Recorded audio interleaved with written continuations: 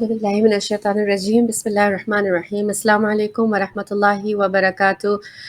Once again on Hidayat TV on Youth and Karbala series with me, your host, Sakina Habib. I would like to extend my heartiest condolences to all of you during these Mahe Aza. As you must have noticed that, the days are passing real quick, and today is almost the 7th of Muharram, and we are almost now heading towards Ashura, which is of course the final climax of these 10 days of Muharram. And as we very well know that, of course, the events of Karbala did take place during these 10 days, technically speaking, but we commemorate and mourn for 2 full months. Reason why we do that is because that message of mourning and feeling that sadness and gloom really never ended for the Ahlul Bayt alayhim salam. They carried that pain and sorrow for their entire lives until their last breath. So even when they went back to Medina, for example, they didn't like easily forget that pain and that trauma. It really haunted them throughout. And when we even look into the narrations and the hadith, we find out that especially our fourth Imam, the son of Imam al Hussain alayhi salam, Imam Ali Zain al Abideen alayhi salam, really went through a very hard time, and he struggled a lot with his emotions. That whenever he saw someone drinking normally water on the streets of Medina, he would remember his father and the thirst of the young children in Karbala, and his sister Bibi Sakina's cries. And of course, when even an animal used to be, for example, slaughtered, he used to ask that, has this animal been given water? Has this animal been fed well? And the reason why he used to ask this question is, of course, metaphorically for us, that the tyrants at that time, Yazid and Umar ibn Saad, were so cruel to the family of Imam al Hussein alayhi salam and the youngsters and the children, that they were killed and martyred and slain on the fields of Karbala without being given even a drop of water. And so that is why there is a message in this for us, that we need to carry that same pain and sorrow with us throughout these 2 months. So even if we're approaching the final days, we need to really remember the actual mission and message of Imam Hussein alayhi salam and the events that unfolded in Karbala. Now we will be continuing with our normal series from the Osaf al-Ashraf book, The Attributes of the Noble, by Sheikh Nasser ad-Din at-Tusi. And we will be, of course, covering new topics today. However, before moving on to this, I want to just sort of also share another book review, which I thought will, add to our inspiration and knowledge more. It's called The Power of Kindness, and this is written by Piero Ferrucci. So this is also inspired by Dalai Lama, as you can see in the heading, in the title, The Power of Kindness. So in this book, The Unexpected Benefits of Leading a Compassionate Life by Piero Ferrucci is, an enlightening exploration of the profound impact that kindness can have on our lives and the world around us. The reason why I chose this book is because, when we are living our normal lives on a daily basis, and when we are attending these majalises as well, please do not, forget to be kind to one another. Do not forget to show that love and care and kindness towards each other, especially at this moment in our lives, with the turmoil, the crisis that we are experiencing. We need to give each other hope and a lot of kindness to each other, and to be very compassionate. Now, Ferrucci is a psychologist and a philosopher, and he delves into the psychological, emotional and social benefits of practicing kindness, emphasizing that compassion is not only beneficial for others but also for the giver. So, have you ever noticed like there are some people who are, more soft with their hearts, as in they are more generous. So they are the ones who actually give more than receive more, right? So they give a lot more love, a lot more care, a lot more kindness to others. They light up other people's lives, and they leave behind this fragrance or this essence that lasts for a lifetime. Like even Imam Ali alayhi salam has said this beautiful hadith, right? That what is a special quality of a certain believer or moment that when he is in alive, people crave for this person's presence, like they enjoy this person's presence. And even during this person's absence, when this person leaves this world, he leaves behind a very special memory, an everlasting eternal memory that people remember this person for a very long time. So through a combination of scientific research, personal anecdotes, and philosophical insights, Ferrucci, offers and illustrates how acts of kindness can enhance our well-being and foster connects and create a more harmonious society. And the book also encourages readers to cultivate kindness in their daily lives, offering practical advice on how to integrate compassionate actions into their routines. So, really, this book, The Power of Kindness, serves as a heartfelt reminder of the transformative potential of kindness and its ability to basically create positive change in everybody's lives, including the person who's giving it. And I'm gonna be sharing some quick like bullet points, like what this book is actually telling us. Okay, so number one is that kindness is a choice. Recognize that kindness is a conscious choice we can make in our daily interactions. Cultivating this choice can lead to a more fulfilling life. Sometimes a person also has to be very wise and also very strategic.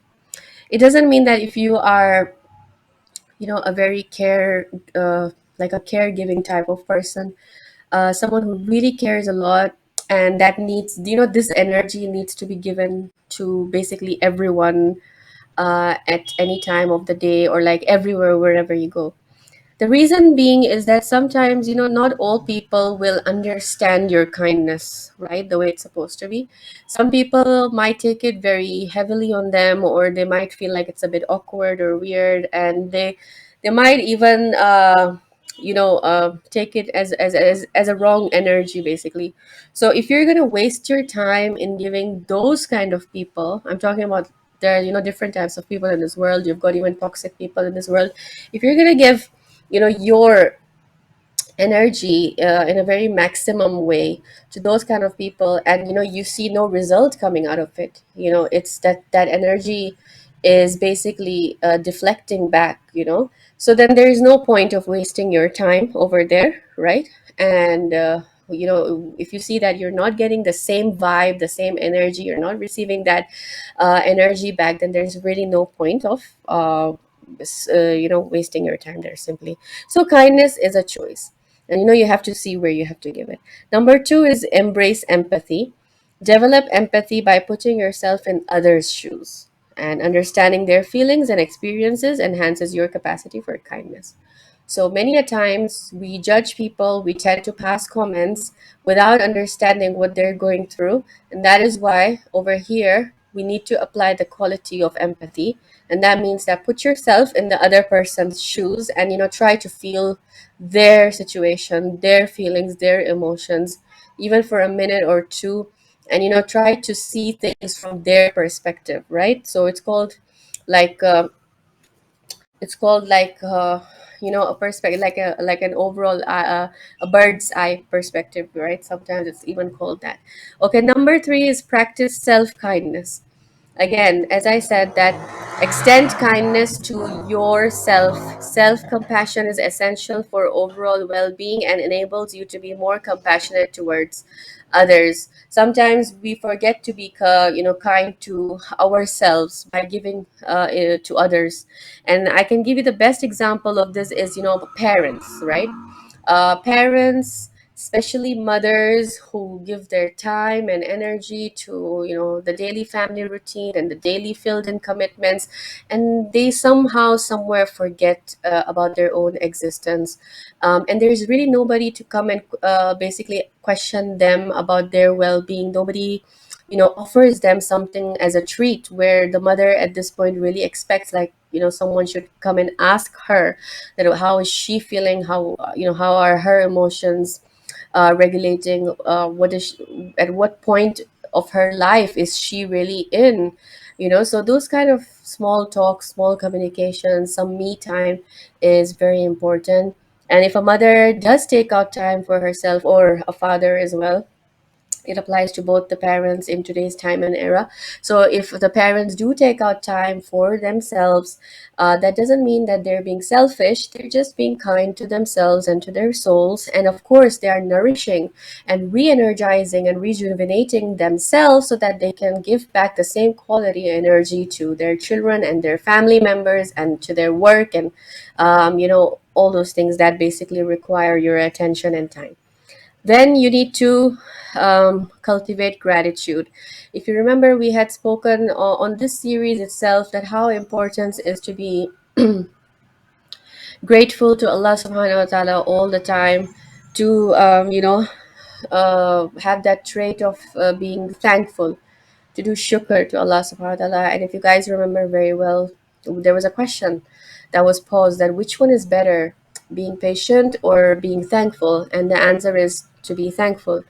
And we had gone through this quality in an utmost depth and detail, right? That why is this quality so much admired? It's because you are thanking not only the person, but you are thanking the creator who created this person and made this person the zaria to help you in some way or the other. And that's why you should be very thankful.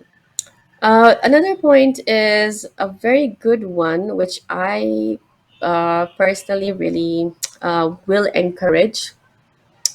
Be mindful of your words. Okay, so pay attention to how your words affect others. Speaking kindly can uplift and encourage those around you. There are lots of people out there who really do not understand how to talk and communicate with people, and they can really come off very rude and very offensive, and they can really just put your energy down. Like, they're called the type of people who are like offs, basically. They really put you off, and they simply, spoil your mood of the day. Even if you're having a good mood, if you're in a good you're having a good day, and then this person comes and really just puts you off because of their words. Either they don't know how to talk to you, they don't know how to communicate well, they're very dry when it comes to communication, or else they use very, very harsh language that can really hurt a person. So we need to be very mindful of our words when we're talking. We need to be polite, but at the same time be able to convey your message in the best way. And if you feel like something is being wrong, for example, maybe someone is not treating you the right way, then there's also a style of talking back, and not just, being super aggressive or passive aggressive about it. Then there's another point which is called engage in active listening. So, listen to one another, try to understand one another rather than interrupting them and adding your opinions as much as possible. So, avoid putting in your opinions. First, listen to the person, be fully present and attentive. And, that demonstrates like respect and compassion. And then recognize the interconnectedness of humanity. So right now, as you can see, we've been witnessing a war crisis, in fact, from the last 2 years, and we are simply not seeing, that essence of humanity, that core humanity that needs to be seen from everybody. We are still not united, all of us on the same page, and that's simply because we are not showing enough kindness. Yes, of course, there are some people who are showing kindness from different parts of the world. We do have a lot of brothers and sisters who do feel the pain of, the people who are being oppressed, the people who are the victims and suffering right now. But still, I believe that, that kindness that should really come from, the aspect of Islam, and from the qualities of the characteristics of our Ahlul Bayt alayhim assalam. I think still we really need to work on those areas so that we can achieve the maximum potential. And the last point is to celebrate kindness. Acknowledge and celebrate acts of kindness, both big and small. Recognizing kindness in yourself and others reinforces its importance in society. So let's be very generous when it comes to the power of being kind. Let us not underestimate this value. Let us, make it as prominent as possible. And this, like Piero Ferrucci says, that this leads to a very compassionate life.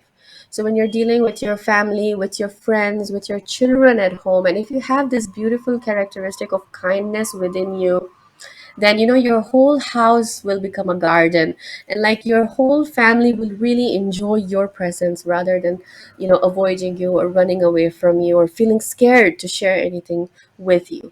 So if you want to become this amazing person, like a superhero sort of person for your child, for example, you want to become like an angel for your person, try to show them kindness, and you will see the effects. You will see the beautiful effects. It's like a ripple effect, which is again mentioned here, that acknowledge the ripple effect. So there's always that ripple effect. If you're gonna be kind to someone, you're gonna receive that same energy back.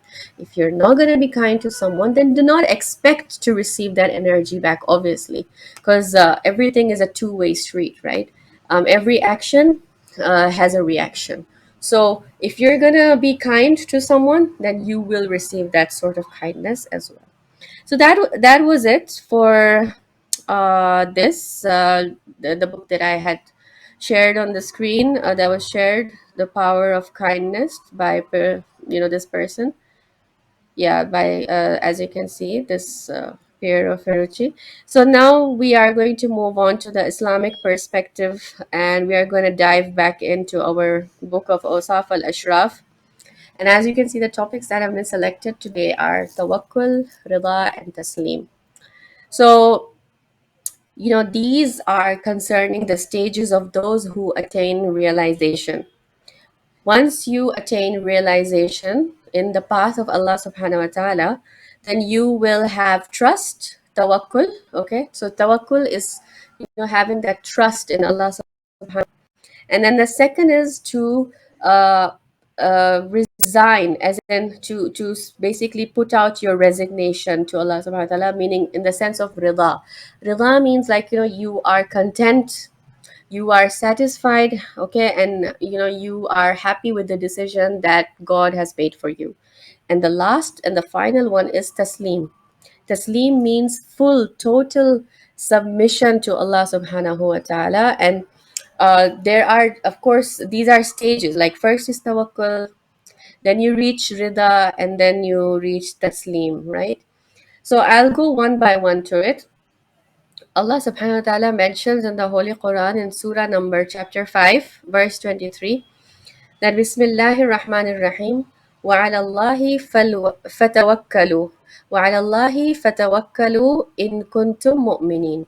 That put all your trust in God if you are believers. So tawakkul means to entrust someone with something. And here, tawakkul on behalf of a servant means his entrusting his affairs to his God, Allah subhanahu wa ta'ala, the exalted, with the conviction that he has greater wisdom and power to determine them according to his providence, and to be happy and satisfied with that which he does and determines. When you look at these figures in Karbala, right? For example, Janabe Qasim alayhi salam and Janabe Ali Akbar alayhi salam, Janabe Hazrat Abbas alayhi salam. So, what quality do you find in all of these characters, in all of these holy personalities? Is that they had full trust in Allah Subhanahu wa Taala. That even Shah Qasim, being only 13 years old, says that I find death sweeter than honey. Why do you think would a 13-year-old actually say this? Because he knows that my God has planned something for me, and he knows in his full power and wisdom that this is the right thing for me to do. And so this 13-year-old, teenager basically understands the marifat of this, understands the nices about this, and understands, the actual reward that lies behind this great sacrifice. And so similarly, Allah subhanahu wa ta'ala again mentions that وَمَن يَتَوَكَّلْ عَلَى اللَّهِ فَهُوَ حَسْبُهُ إِنَّ اللَّهَ بَالِغُ أَمْرِهِ. And this is a dua that we should often recite, like yourself and myself, every day. It makes our lives very easy, in the sense that if we're entrusting any of our affairs in the hands of God, then Allah makes it easier for us. The translation is that whoever puts his trust in God, uh, he shall suffice him. Indeed, God attains his purpose. So God will fulfill that purpose for you. Satisfaction with that which God does and causes to happen is attained by reflecting on one's past condition when He brought one into existence when one knew nothing, right? Then He fashioned numerous signs of His wisdom in His creation, so much that one would not be able to know one out of 1,000 of them in a lifetime. So simply what is being mentioned in the book is that, when as a child, when a newborn comes into this world, does the child know that if it's going to survive, if it's going to die, if its sustenance is going to be provided, whether it's going to be healthy or unhealthy, whether it's going to have a healthy lifespan, yes or no, whether this person will grow and become an adult, or whether he will die at an early stage, or whether he will have a family, or whether he won't. No, right? We don't have all these answers when we are born, right? So that is because we leave it on Allah subhanahu wa ta'ala. It's a tawakkul, and that is a nature, like a fitrati thing, okay, that one as a human being, especially who is a believer, needs to leave these things on God. But in the sense, when we say that leave it on God, doesn't mean that we are not doing duas, for example, or keeping ourselves in good Islamic circles, and what do you say, like keeping ourselves on the path of righteousness, keeping ourselves steadfast. So if you're just going to go about it like that, then you can even be compared to, for example, a kafir, a non-believer. I mean, even he doesn't have knowledge that what will happen in my life ahead, what is my destiny awaiting me. So this person, when this person grows, of course his lifestyle is different, and obviously they don't believe in God, for example, or their religion is different.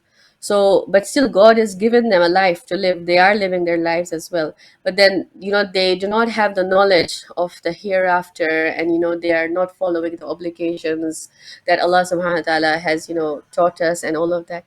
So that is why, as a Muslim, as a believer, a true believer, what kind of a tawakkul over here is that Allah subhanahu wa ta'ala, we should be thankful to Allah subhanahu wa ta'ala, first of all, blessings that He's blessed us with. Number two, to really gain the ma'rifah, that Allah has planned everything in a good way for you, and you need to follow the orders and the ahkam and the teachings of the Ahlul Bayt alayhi salam, and hold on to the true message of Quran, and to follow that as a guidance for yourself, so that you are on the right path. And you are not, what do you say, like uh, you are not out of the religion of Islam. You've not gone astray. Okay, so you do not go astray.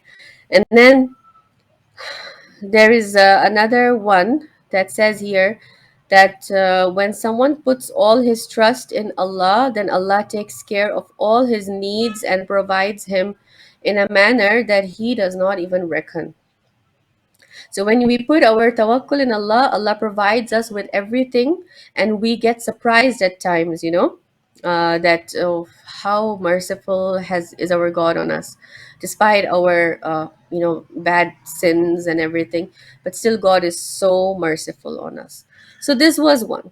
Now moving on to the point of rida. Now rida, as I said, is gratification, and its fruit is love. It entails the absence of resentment, outward and inward, in the heart and speech and action. Those who are preoccupied with the outward Ahl Zahir are eager that God be pleased with them, that they may remain secure from his wrath and punishment. So, again, I will just try to simplify this, that everyone gets what he deserves and deserves what he gets, right?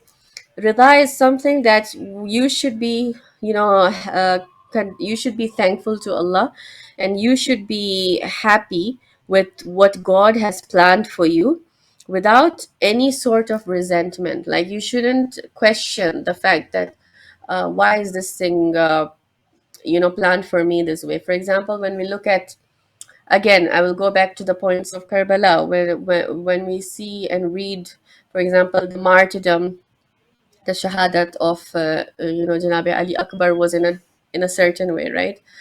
His chest was pierced with arrows.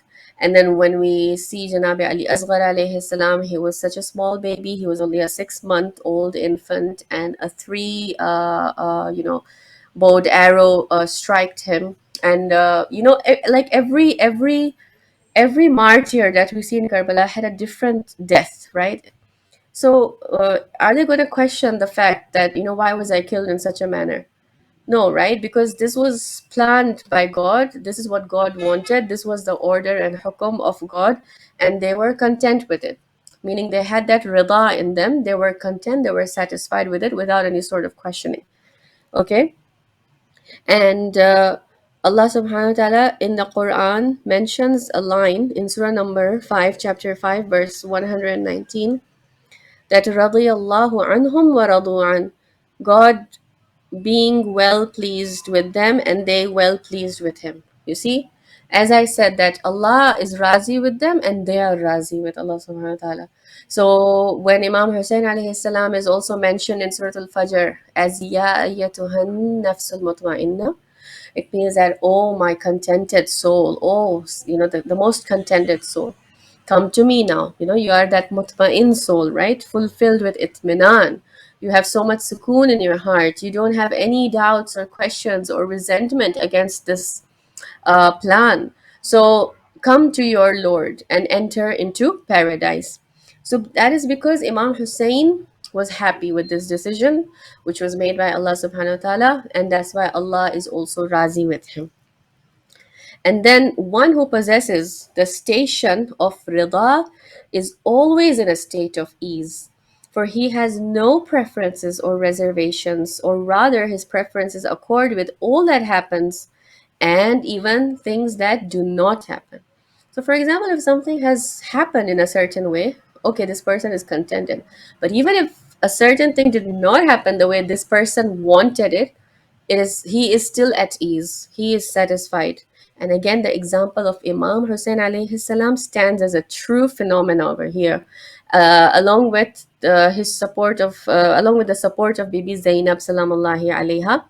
So, for example, when it was commanded already by Allah subhanahu wa taala that Bibi Zainab, you will have to walk on the streets of Kufa and Sham without your veil.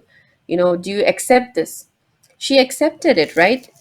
I mean, Imam Hussein and Bibi Zainab accepted, knowing that this would happen to them, because they knew that this was God's plan, and that if my God is happy and satisfied, then I am happy and satisfied. Again, the Quran says, وَرِضْوَانٌ مِّنَ اللَّهِ أَكْبَرُ, that God's good pleasure is greater. That is why the angel who is the keeper of the paradise is also called Ridwan.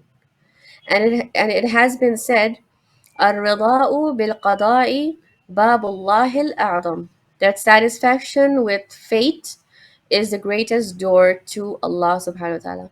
Satisfaction with fate. So the way they say that, if it's something is written in your fate and in your destiny, अगर तुम्हारी नसीब में, तुम्हारी तकदीर में कोई चीज़ लिखी हुई है और तुम उस चीज़ से राज़ी हो क्योंकि ये खुदा की मंशा है, so then that is the greatest door to Allah subhanahu wa ta'ala. For everyone who attains to rida reaches paradise, and whatever he beholds is seen in the light of divine mercy. And this is the most beautiful part, that al-mu'minu yandaru binurillahi al-a'zam, that the believer sees with the greatest light of Allah subhanahu wa ta'ala. So, he has not disliked anything. Like, no matter the hardships, the inflictions, the ailments, everything that came in the way, the believer sees it as a light to reach Allah subhanahu wa ta'ala. This is the light of Allah subhanahu wa ta'ala. And he doesn't feel bad about it. He doesn't regret anything about it. He doesn't dislike anything about it. But he loves every bit of it and accepts it truly and sincerely. And inna dhalika min azmil umur, that surely that is true constancy. Like, this is one of the greatest things that, God really loves. This is one of the greatest affairs that God loves. And so this is the stage of rida. As I said, that, it's tawakkul, and then it's the stage of rida, and the final stage is that of taslim. But I'm not going to be touching taslim in this episode right now due to our time. So we're gonna be talking about taslim in the next episode, because I would want to explain it much deeply. So then you will understand that how can one achieve this stage of finally taslim, to give in your full submission to Allah subhanahu wa ta'ala. So, inshallah, in the next episode, we will continue with Taslim and two more new topics that will connect our souls to Imam al Hussain alayhi salam and the Ahlul Bayt alayhi salam. Jazakum Allahu khairan. Wassalamu alaikum wa rahmatullahi wa barakatuh.